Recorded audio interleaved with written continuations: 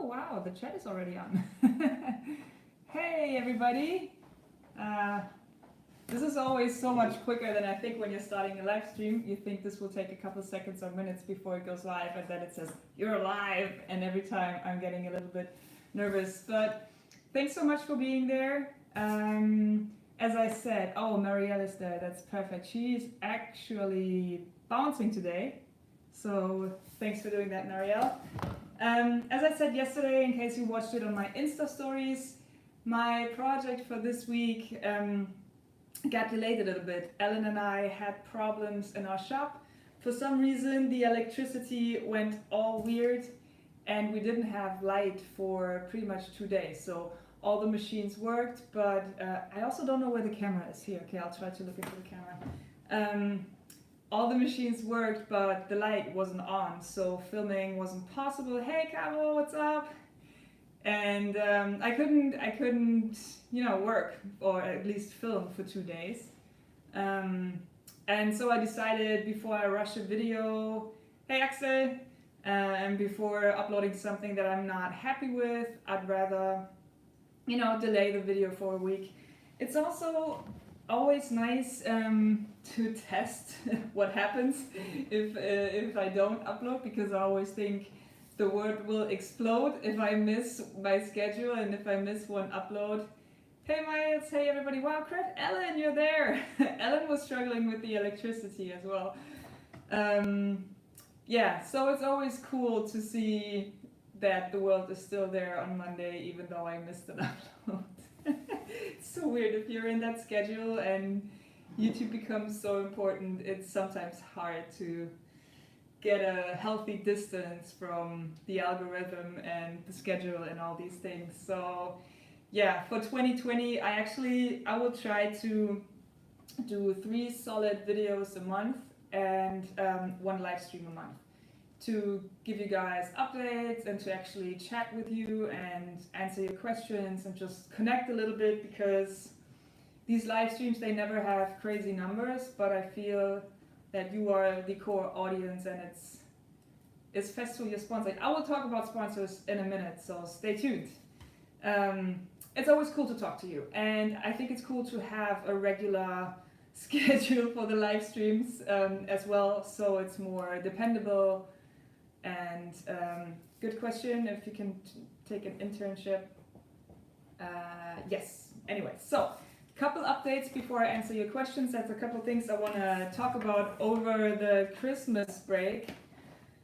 I thought about the 10 Makers event that I did last summer. If you're not sure what I'm talking about, check on my channel. There's a whole playlist. Essentially, about 10 people helped me move from one shop to the other shop, and we turned that into a video series basically. So 10 people had 10 different projects, and we released the videos back to back, and it was really cool. It was a lot of fun, and I'm actually thinking I should do it again. Yeah, more 10 Makers, yes. I have a couple changes I would like to make. I think it would be cool if we all worked on the same project. Like, that's the biggest change. I think it would be really cool to have the story be more like, what can 10 people or 10 makers do in 10 days? And I think if we have a project that's big, if it's something that's really like a big challenge, it would be so cool to have a video series about that. And another change I would like to make, yes, Carlo, you got it. Another change I would like to make would be that there is a film crew helping us document the whole process. Because I think, so the main audience was there for the whole time. They like the hardcore followers watched all the videos, but I think we lost a lot of attention because it was different kinds of storytelling, because, and that's a beautiful thing, every maker has a different way of telling their story and documenting their process. And I think it would be cool to have a production company so we can focus on the project, focus on our work, and then there's an outsider documenting all of this. And we still do 10 videos. It will be kind of a mini series, or it would be, this is not set in stone. that's something that I have been thinking about. I think it would be really, really, really cool to, I don't know, also to reach more people, because at the end of the day, that's something that I always want to do in my YouTube videos.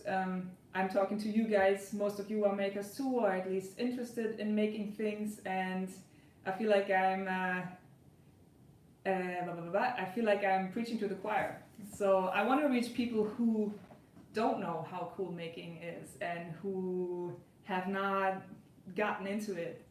So we need more makers in the world. So I think that would be a cool idea to do that, and then have the content for YouTube, but also have the content to pitch to maybe TV channels or whatever, to show them, like, if you give us money, if you let us do a thing, this is what we could do.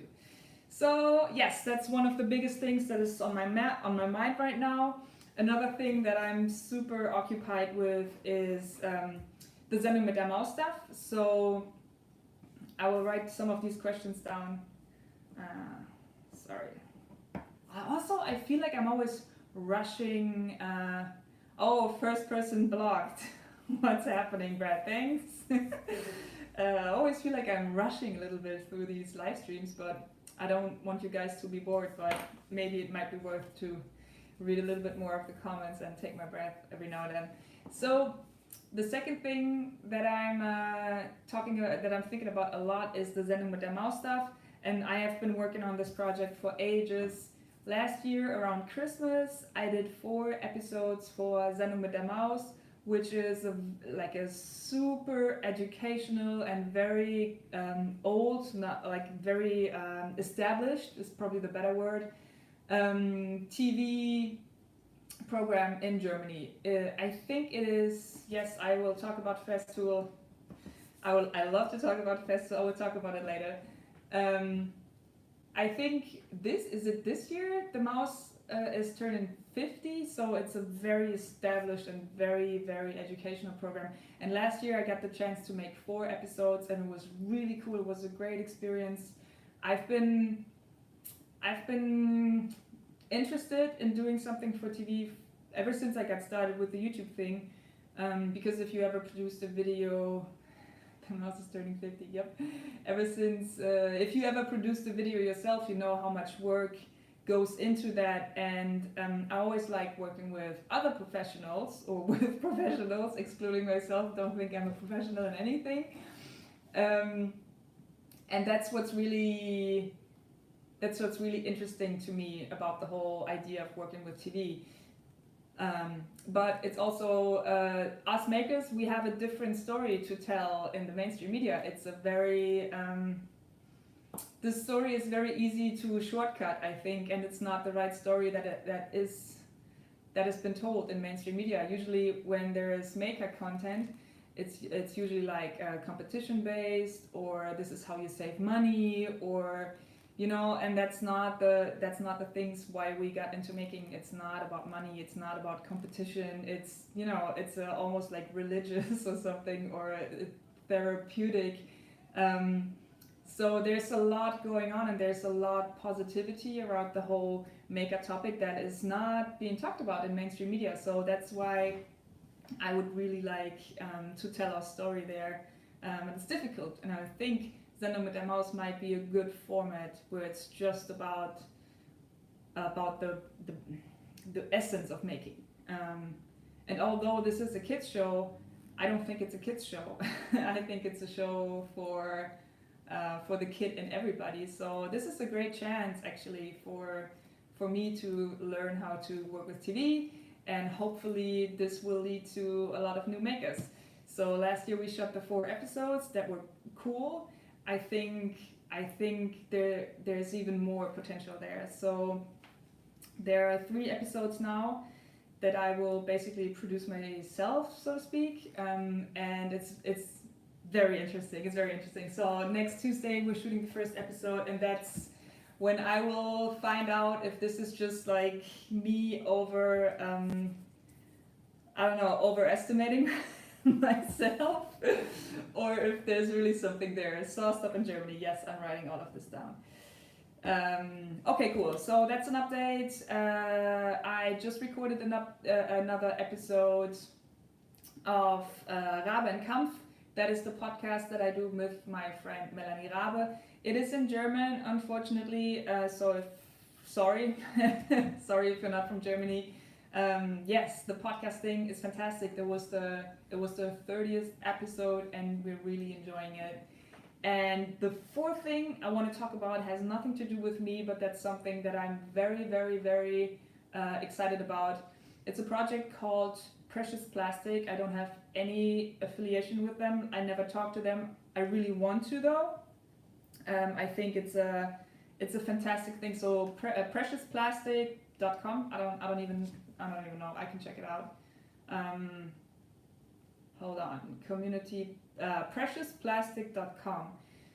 Check this out. If you are a maker, if you're interested in sustainable projects, if you are interested in building machines, if you are at all interested in working with plastic, I think this could be super interesting, a super interesting topic. So they essentially build yes, Dave Hawkins, exactly. So they essentially they invented 3 machines that will allow you to take your everyday plastic, first shred it, like that's a shredder, then they build an extruder so you can turn it into either string or like proper pipes and blocks, and they have a press so you can turn your plastic into sheets. They have open source plans for that. They tell you exactly how to build it, they tell you exactly how much it is. They also wrote business plans. So if you want to get into, if you want to open your own recycling business, they have plans for you. They have logos that you can use. They have estimations of income, whatever, like all these things. Check it out if you're remotely interested in recycling precious plastic. Yes, and Dave also has a YouTube channel. He makes really good videos, and it's for a very good cause. So let's talk about the sponsors, because a couple of questions are always around sponsors and how do you get sponsors, what sponsors I work with. And but first let's talk about Smudo, because there's one question. Smudo is 5 years old, and I got him 4.5 years ago. We don't exactly know how old he is, but we think he's 5. So when I got him, they told us he's about half a year old, so 6 months, and he's from Spain. He was in a like killing station. So he was a stray dog in Spain, and what they do is they collect them, and if nobody picks them up or rescues them, they will actually get killed. And there's an organization here in Cologne called Cologne Street Dogs, or Street Dogs Cologne, and I reached out because I wanted a dog and I wanted to rescue one, and but it was more like maybe in the future I want a dog, and I just wanted to let you know if there's ever, maybe we can meet and talk about this. And then they said, well, there's actually this emergency because they will kill these 2 little dogs, and it's urgent, like, do you want him now? And the next week he was there. It was really cool. Like, he didn't know anything. He didn't know what a blanket was or a pillow. He couldn't walk stairs. He didn't know anything, but he was still the most open-minded and friendly living being that I've ever met. Like, he's just so positive, and yeah, I love him. But now I'll talk about the sponsors. The thing about sponsorships is I love working with sponsors, and that's actually why I can do everything that I do, because they are the people paying for all the stuff. Without sponsors, I would have to find a different business model, and with the way, but this is just for me, like, everybody can make these decisions for themselves, but I decided that I don't, and just for the reason that I don't like it. I don't like to sell stuff. I don't like to build things and then sell them. Also in Germany, it's a legal situation where I'm actually not allowed to work as a carpenter if I'm not a master carpenter, and I'm not a master anything. So I'm not even allowed to build things and sell them. the crafts are very protected in Germany for good reasons, but these reasons would keep me from making a living of building furniture and selling them.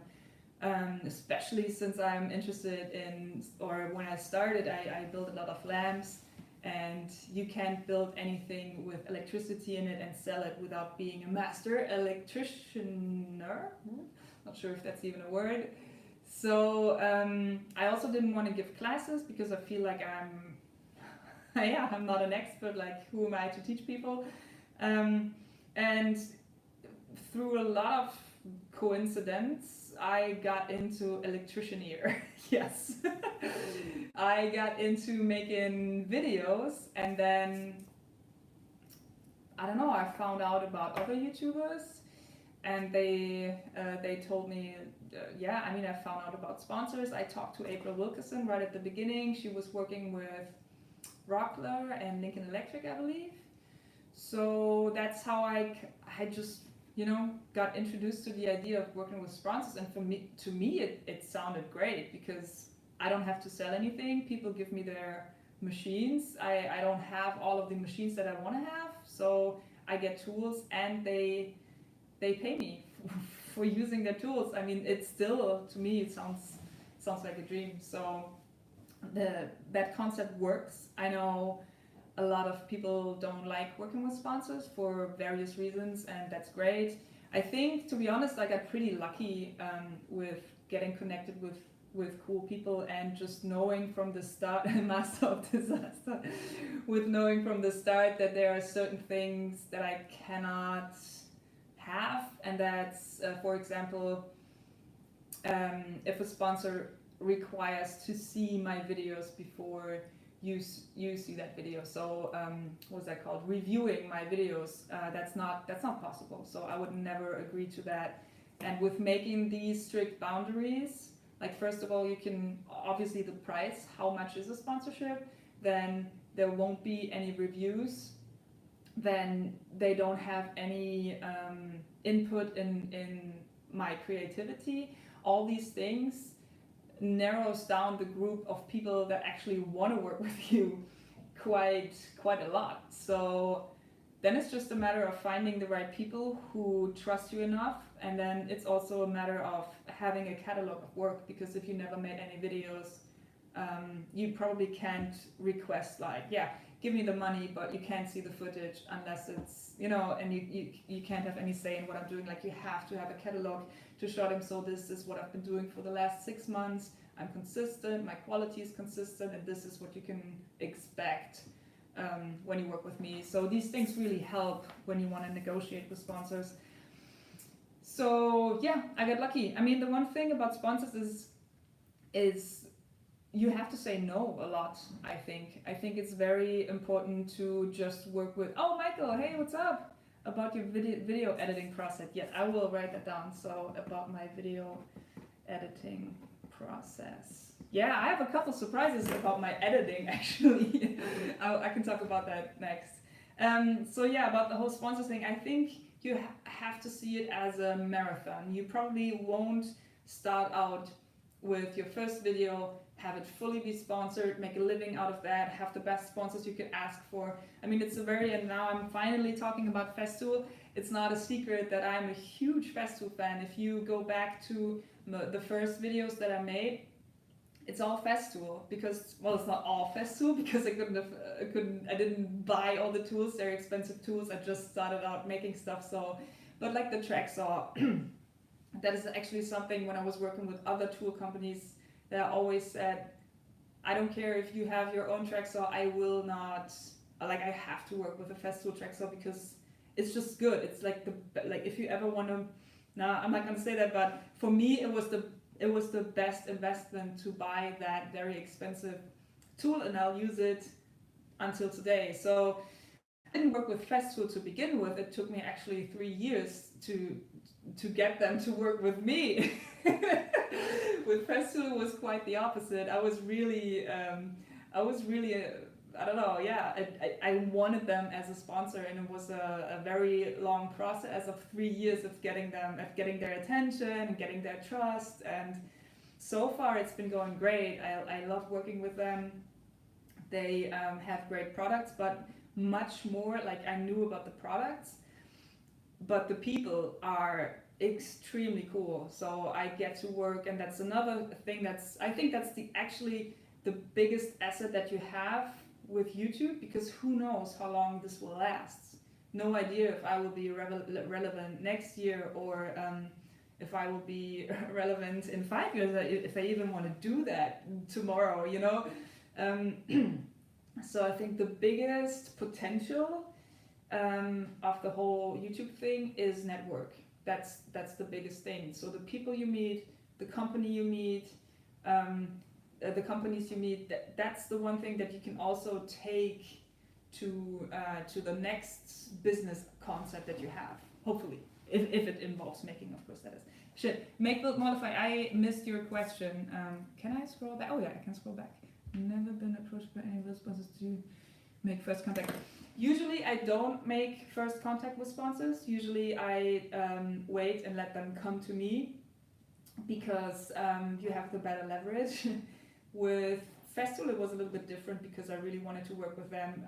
We were not in a very frequent contact, but they knew I wanted to work with them. I told them I wanted to work with them, and then it just took 3 years until we got this sorted out. Now SawStop. So Festool is owned by the mother company, or whatever the word would be, is TTS. They own Festool. They bought SawStop. They also bought Shaper, the handheld CNC machine. So SawStop is now a company that is owned by TTS, who also owns Festool, and that's before TTS bought them. SawStop reached out and asked if I wanted to have a saw, and I said that they don't pay me. They never paid me. It was never the plan to pay, but I really wanted the saw because, as I said, I'm not an expert at anything. I'm not a carpenter, and it's a safe saw, or a safer saw, I should say. Is also cool. It's pretty badass. So it was difficult to get me a saw. I actually had to get one from Australia because of the voltage. America and Europe is not compatible with the Hertz thing. So they had to send me one from Australia. It was very, very difficult. And when TTS bought them, it got easier because they could send it to Festool, something like that. So that's how I got the saw. Yeah, that's the story. And I think it's actually the only SawStop in Europe. That, at least that's what they told me. So that it's cool. I think it's cool. And when they asked me, oh hey Sebastian, when they asked me what kind of saw I wanted, I told them I want the saw that Jimmy DeResta has, or the next bigger model. So yeah, that was fun. Funny. Hold on, somebody said, großartig fand ich, dass du am Anfang das Festool geschrieben hast. Yeah. So that's another thing. Oliver said that in the beginning I painted over the Festool logo. There was not to discredit Festool or to send them a message or anything. It was more the open message. Yes, that's the saw that I work with right now, but it's not sponsored. So just to communicate to potentially interested companies, this is a free spot. Basically, yeah. Do you always enjoy creating? That's a really good question. I always enjoy... Marielle saw you in the background, Nara. You want to come say hi? That's my girlfriend. How? I don't know. Where was I? I always enjoy the process of creating. I sometimes like the whole... Caro says hi too. The whole surrounding, like the pressure of having... Lisa, hey, what's up? The pressure of having, as I said in the beginning, having the schedule and having to perform, and, you know, each and every week, sometimes it gets a little bit too much. But I also know that I need pressure to perform. So, hey Andy, what's up? So the pressure is good for me. And that's like, I have this love-hate relationship with YouTube and the algorithm, because I know I needed to be productive, because deadlines or limitations in general are super important to me. Otherwise, I will get lost in my head and I will never get anything done, because I design it over and over again. I want to improve it over and over again. And this weekly schedule actually helped me to finish something and then to leave it alone, to just let it be. This is it. So Becky, what's up? Actually, how do I explain this? Before I made videos, I was making, what happened with Haikoki, yeah, I'm sponsored by Festool now. With Haikoki, I had a contract for a year. When the year was up, I was talking to Festool and we're now a thing. But I was talking about something else. But I think it's like everybody's really interested in the whole, I never got that much attention for a sponsor before Festool. So Triton was my first sponsor. That was also a year contract. When that was up, I moved to Haikoki and now to Festool, and I never got that much attention. So thanks, I guess. Festool is an interesting company for sure. But I was talking about pressure. So before I had the schedule, before I made my weekly videos, I also made, or tried to make something every week, make weekly projects. But I usually never finished them. So if I wanted to build a table, I built a table, and when I got over the point of proof of concept, basically, I lost interest. And now my product is not the table, my product is the video, so I have to finish it. And that's the part that I rarely enjoy, is finishing it, beauty shots, filming the last bit of the video. The thumbnail is something that I almost hate to do. Like, I hate the thumbnail because I know how important it is. The thumbnail, especially the way YouTube is evolving, it's getting more and more important. Title and thumbnail is so important. That's why you see a lot of people with like more drastic and more sensational titles and thumbnails and all these things. And while I try to stay away from that, it's a conscious decision not to over exaggerate my content, because I think it's the wrong direction.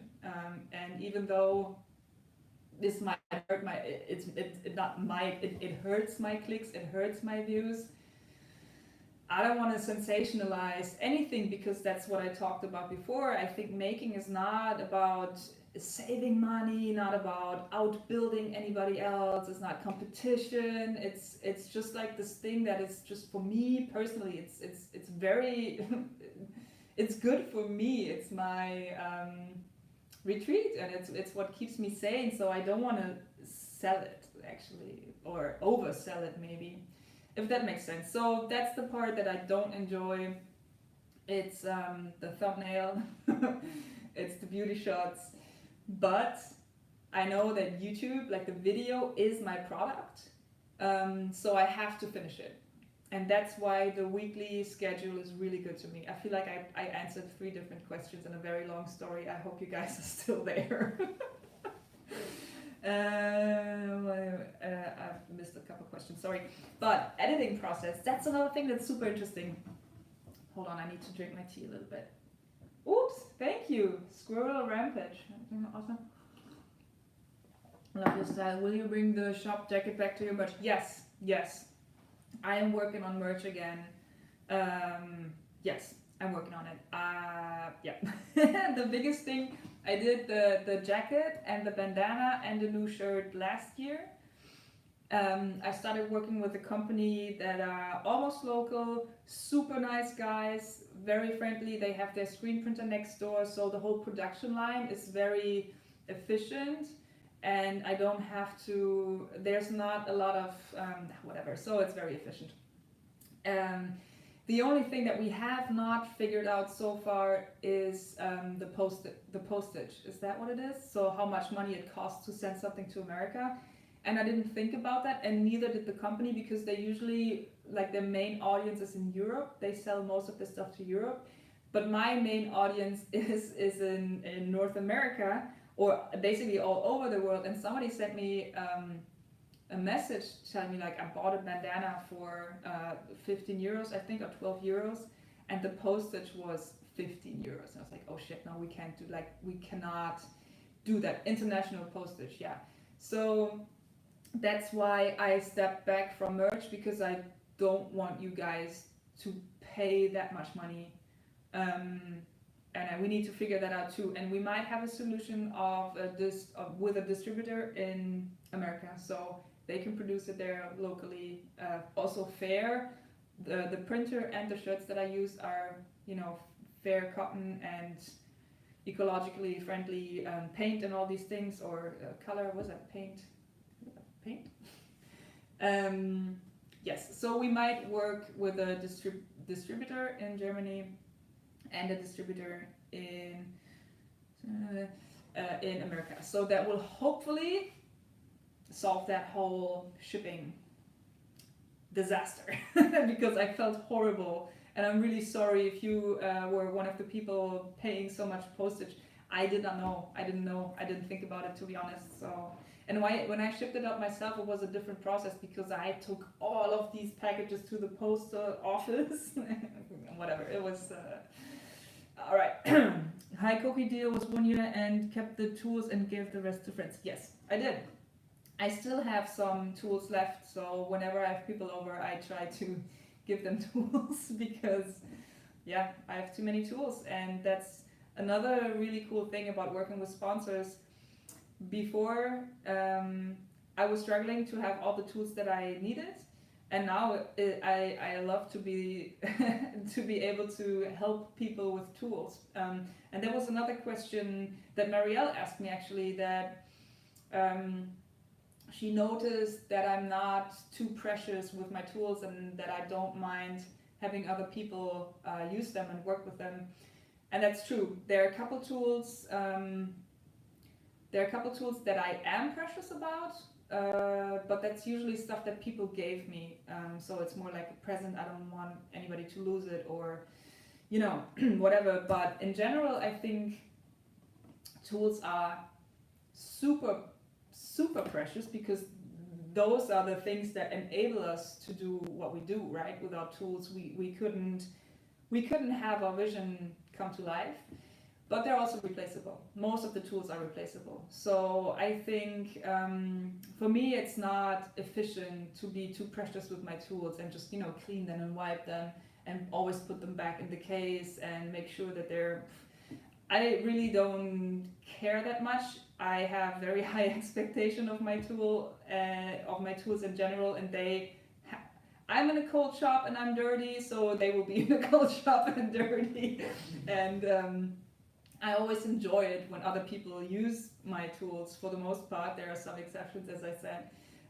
Also, working with sponsors, you know, if the tools kind of they can't look like shit because you have to represent the tool as it looked when they gave it to you and not full of glue and whatever. So being too precious with them, if tools are luggage, being too precious with them results in yep, that's true.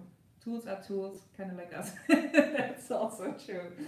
So yeah, and the same goes with camera, right, Miles? I just bought a new camera, and cameras are always expensive, but I will not be the slave of my camera. You know, I will not worry about my camera being in the cold or being a little bit wet or dusty. If the camera breaks from that condition, I will have to find a new camera. Same thing with tools. If the tools don't survive being used, well, then it's not a good tool for me. Yeah, that's my process on that.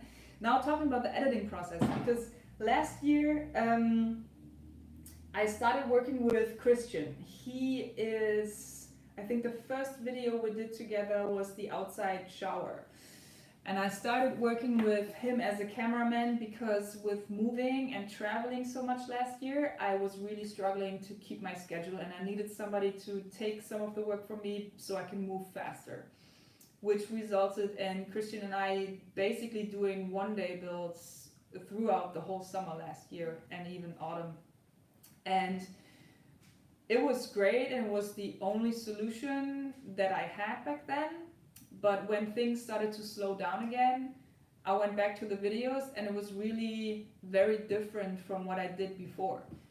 Because Christian is all like handheld, he's very dynamic, he edits, he uses jump cuts and all these things. So when things slow down, I watch the videos and I'm like, this is too different. I want the old style back. And I talked to Christian about it and I just had more time, so I started filming myself again. And now, I don't know, Christian came by the shop and we started working together again. It was just no pressure, because the whole we have to do it day was gone. And he just started, I don't know, because he had more time too. Like, it turns out he doesn't like shooting handheld all the time and he likes having time to set up the shots. So when the whole, when all this pressure went away, it was, the video started to look like my old style again. And I was really happy with that. And now the last video I uploaded is with the propane gas canister. Bye, Graham. I started shooting it one day and then Christian finished it the second day and he edited it completely. And I don't think you can tell the difference. I don't think you can tell where he took over. And I also don't think that you can tell that he edited it. I think, I mean, it's interesting. Like, if you have time, watch the video and show, like, write a comment if you can tell that this was shot by two different people and edited not by me. I think you can tell. Actually, he also chose the music. That surprised me the most and hurt my pride a little bit, because I always think my taste in music is so good, and then he chose this perfect song. It was great. It was great. So yeah, I thought it was a classic come video shot by Laura. So that's another thing, but that's one of my topics that I could talk on for hours and hours. And if you're German, maybe listen to the podcast if you're into that. We made episodes about this topic of finding your style and how important it is that once you find your style and once you've found your language, stick to it. Stick to it. I always say you can be a diva, just don't be a dick, but be a diva about your style. Be a diva about the little details that make your videos or your work or your stories or whatever, or yourself different from others, because that's your language. And the working with Christian is so rewarding because he gets it. He gets the style, and now that he has time to set up the shots properly, it works. It works really well, and it helps me out a lot. So whenever he has time, he swings by the shop. He's also shooting the Sendung mit der Maus stuff, so the TV things. He's the cameraman for that as well, also the editor. Oh, in my next video, there's a lot of messages on colored tape. I still do that. Yeah, so it's really cool. Forgot what I was talking about. Anything else? Let's see. Has it been 40 minutes? Oh my god. Ever met fan subscribers on the street? Do you mind if they say hi? No, of course not. I don't mind at all if somebody recognizes me. It happens. I am always blushing. Shelter and tiny house, I can talk about that. I always blush when that happens. I think it's super weird. But of course, I mean, it's cool to talk to people. It's cool to meet you guys, because like the live stream is working with. I really want to work with Adam again, but I also want to travel a little bit less. So we'll see. We'll see how that works. Tiny house and shelter. I sold both of that. I sold my tiny house. I sold my shelter. Super hardcore. But when I moved to the countryside to my new shop, I couldn't take the tiny house. A friend of mine needed it, so he bought the tiny house for material, for the cost that I had with material. And I also sold the shelter. It was cool for my old shop as a little bit like a machine shop inside my shop. With the new shop, it was just standing outside in the rain. Patreon rewards, I will talk about that. It was just standing outside in the rain, and I didn't do anything with it. So I sold the shelter, but I also bought, so for a part of the money from the tiny house, I bought a new old like circus wagon thing. That's beautiful. So that will be a future tiny house project. And from a part of the money from the shelter, I bought a shipping container that I turned into a motorcycle garage. And that was another TV project that I did in December, I think. Was it December or November? I'm not sure.